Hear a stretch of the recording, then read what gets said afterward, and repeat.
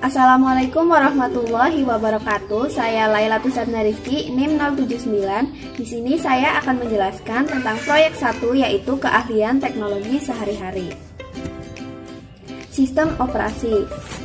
Sistem operasi yang biasanya digunakan adalah Microsoft Windows. Microsoft Windows yaitu ada Windows XP, yaitu jajaran sistem operasi berbasis grafis yang dibuat oleh Microsoft untuk digunakan pada komputer pribadi yang mencakup komputer rumah dan desktop bisnis, laptop, dan pusat media. Nama XP itu sendiri adalah kependekan dari Experience. Kemudian ada juga Vista, yaitu sistem operasi yang diluncurkan oleh Microsoft pada 8 November 2006 untuk pengguna bisnis dan 30 Januari untuk pengguna rumahan. Lalu ada juga sistem operasi lainnya yang biasa digunakan.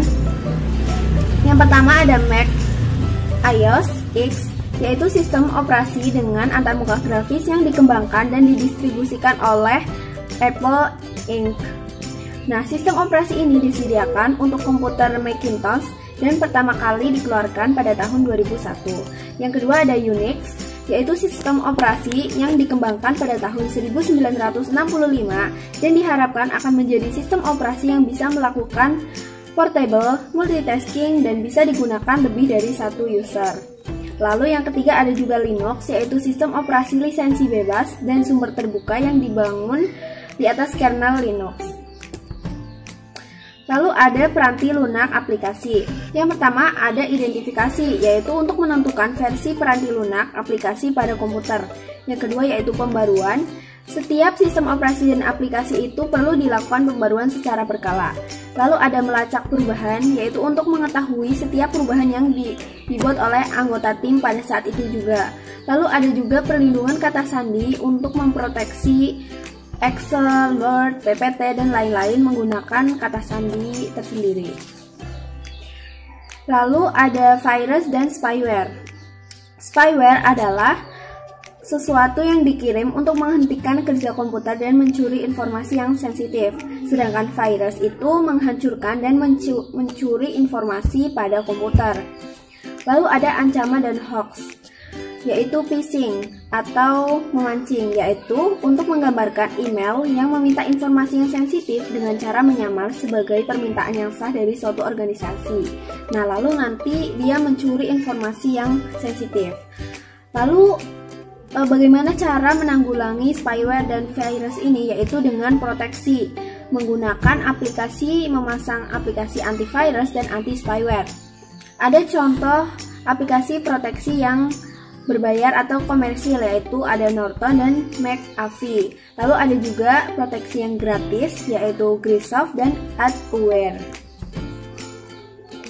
Selanjutnya adalah email. Email adalah surat elektronik, yaitu berbagi pesan melalui jaringan internet dan komputer. Bagaimana sih implikasi email di tempat kerja? Perjalanan email dari pengirim ke penerima melalui banyak server yang mana dibuat cadangannya berulang kali, sehingga setiap komunikasi email itu dicatat sehingga memiliki catatan yang panjang. Nah, sehingga jaringan ini dapat diandalkan karena terdapat banyak sekali backup dari informasi yang dikirimkan. Lalu apa saja etiket email di tempat kerja? Seharusnya kita berkomunikasi menggunakan email dengan jelas dan sopan.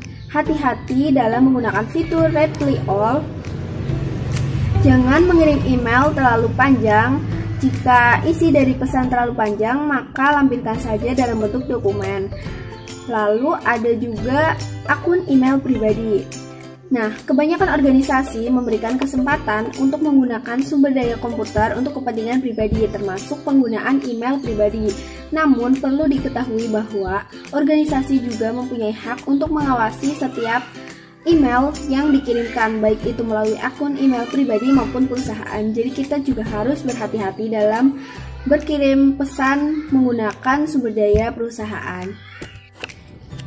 Proyek yang kedua yaitu proyek web atau HTML menggunakan Microsoft Frontpage. Yang pertama, membuat dokumen Frontpage. Frontpage adalah suatu aplikasi peranti lunak yang mudah digunakan untuk membuat halaman web yang sederhana. Pengguna editor teks untuk membuat sebuah halaman web memerlukan waktu yang lebih banyak dan sedikit lebih sulit, namun memberikan kontrol yang lebih besar terhadap desain halaman web tersebut. Nah, ini adalah contoh informasi yang akan kita gunakan untuk membuat dokumen front page, yaitu University Visa. Lalu langkah-langkah membuat dokumen front page. Yang pertama yaitu membuka program Microsoft Front, lalu mengganti judul proyek dengan Save As, ketik judul yang diinginkan, lalu pilih fontnya, lalu ketik location, daftar lokasi tempat di mana kita akan menyimpan file dokumen front page tersebut. Bisa digambarkan seperti di bawah ini. Langkah selanjutnya yaitu membuat tabel. Jaga kursor di bawah daftar lokasi lalu pilih tabel. Nah, berikut sudah tertera Windows Insert tabel, lalu kita pilih berapa rows dan berapa kolom yang diinginkan dan ketentuan lainnya seperti gambar di bawah ini. Lalu menyisipkan gambar. Geserlah kursor 2 kali 2 baris di bawah tabel lalu klik perintah insert. Nah, di situ kita bisa memilih insert picture, bisa berupa clip art atau from file, from gallery atau from kamera. Lalu kita pilih file gambar yang kita inginkan. Lalu membuat daftar bernomor. Pilihlah ikon daftar bernomor dan masukkan 3 alasan yang telah dipersiapkan dan tekan enter. Nah, ketika membuatnya maka akan muncul gambar seperti berikut ini. Selanjutnya yang tidak kalah penting adalah membuat link. Yang pertama, dengan memasukkan hyperlink, klik perintah insert, lalu diikuti dengan subperintah hyperlink. Nah, di sini kita akan membuat 3 link, yaitu yang pertama membuat link email. Pada bagian text to display, masukkan data kontak us.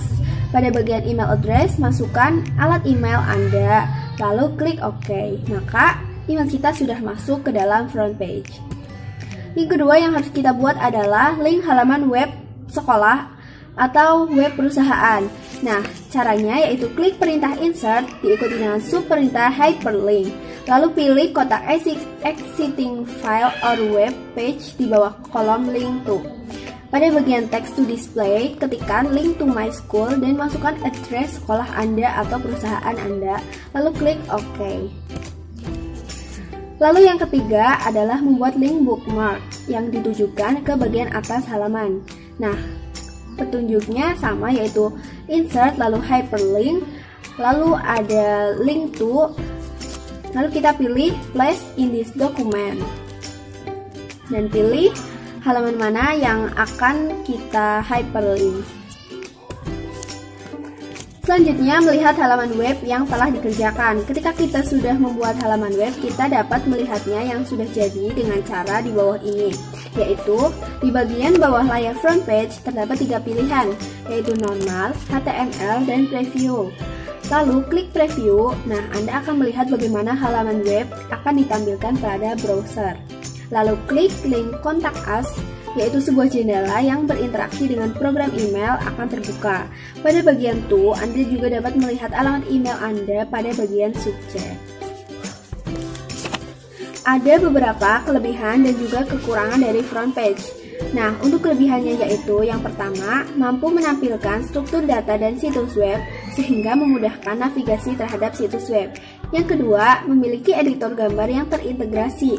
Terdapat fungsi-fungsi untuk tool umum secara mudah dan mampu menampilkan data yang dibuat oleh Microsoft Office lainnya. Sedangkan untuk kekurangannya adalah 1. Front page tidak bisa digunakan untuk script editing. Yang kedua, kode HTML yang dihasilkan tidak efisien. Sekian dari saya, kurang lebihnya mohon maaf. Wassalamualaikum warahmatullahi wabarakatuh.